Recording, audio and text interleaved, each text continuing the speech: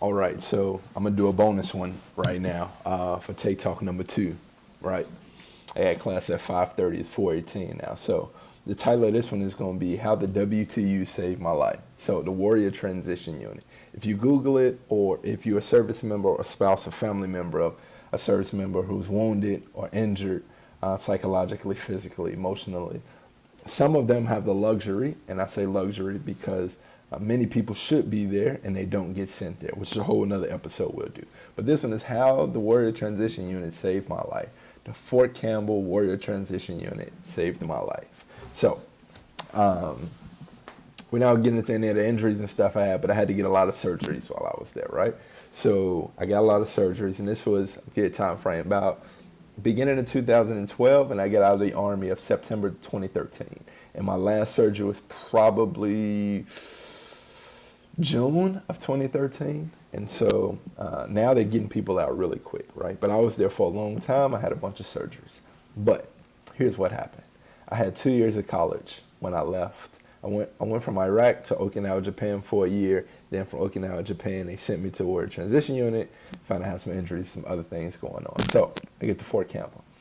Immediately I say, I want to stay in the Army, right? I had 2 years of college. I did 1 year of college before I went into the military, and another one, using TA, kind of just slowly getting it done for promotion points, right? So I get to the WTU. 100% I want to stay in. I have one knee surgery. Bam, Gerard, you're probably not staying in. Immediately, I switched over, right? My mind frame switched over. I had an amazing guy named Mr. Johnson, and he on my Facebook, so he may see this. I was going through some emotional things. I had just lost a sibling. I didn't feel like I was getting treated well. He pulled me into his office, right, and told me basically to take care of myself and that he would look after me. The next thing he told me was, I'm gonna use butt. He didn't use those words, Jay. You know you didn't.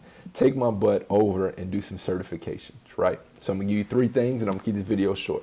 WTU saved my life because it put me in a position where I could concentrate solely on myself, right?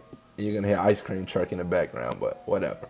So I concentrated solely on myself, and with his help, I went and got A plus, Network plus certified, and attended the Security plus certification, CompTIA, for computer IT stuff. Now, I was an MP, and then I was an MP investigator, right? So I wasn't doing much with IT at all. After I got went to these 3 courses, they told me about something called Operation Warfighter. Now, Operation Warfighter, ding, number 1, when I learned how to do the animation, ding, number 1. Operation Warfighter. I want you to Google it and look it up. It's an internship program where people in the mail board process, and maybe some others, but definitely people in the mail board process at the WTU, and maybe even in your unit, qualify to do internships at federal agencies. So my first one was with DFAS, Defense, Finance, and Accounting, right? I went there, did some boring database stuff that I just learned how to do, right? I learned some basic security stuff, but it got on my resume, right? So while I'm in the Army getting paid at the WTU, doing physical therapy and some other things, I was able to do an internship with DFAS. So now my resume, I have it, right? DFAS, IT, support intern. About 3 months after that, somebody came to me, the Operation Warfighter representative. So find that one on your base. And he was a ex-SF guy. Probably the second guy that changed my life. So Mr. Johnson first, telling me to go to certifications.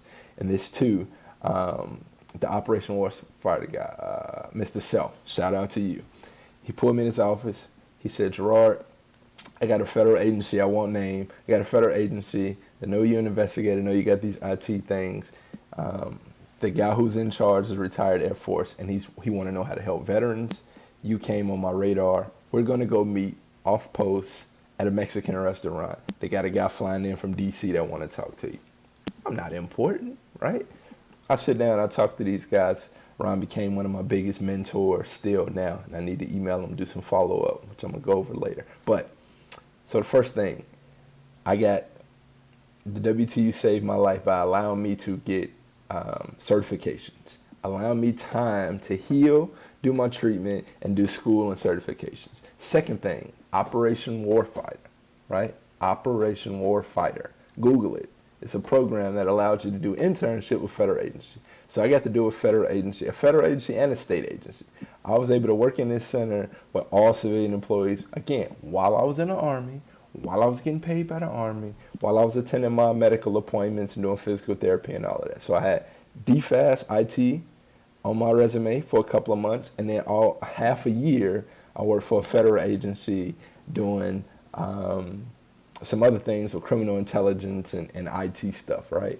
So I transitioned mentally a year before I ever got out the Army. And I was stacking stuff on my resume to a point where I got hired for like 3 jobs, right? 2 government, 1 civilian job, and 1 job with the state, agency in which I was doing an internship with alongside the federal one. So 3 things again: get certifications, look up Operation Warfighter and do an internship.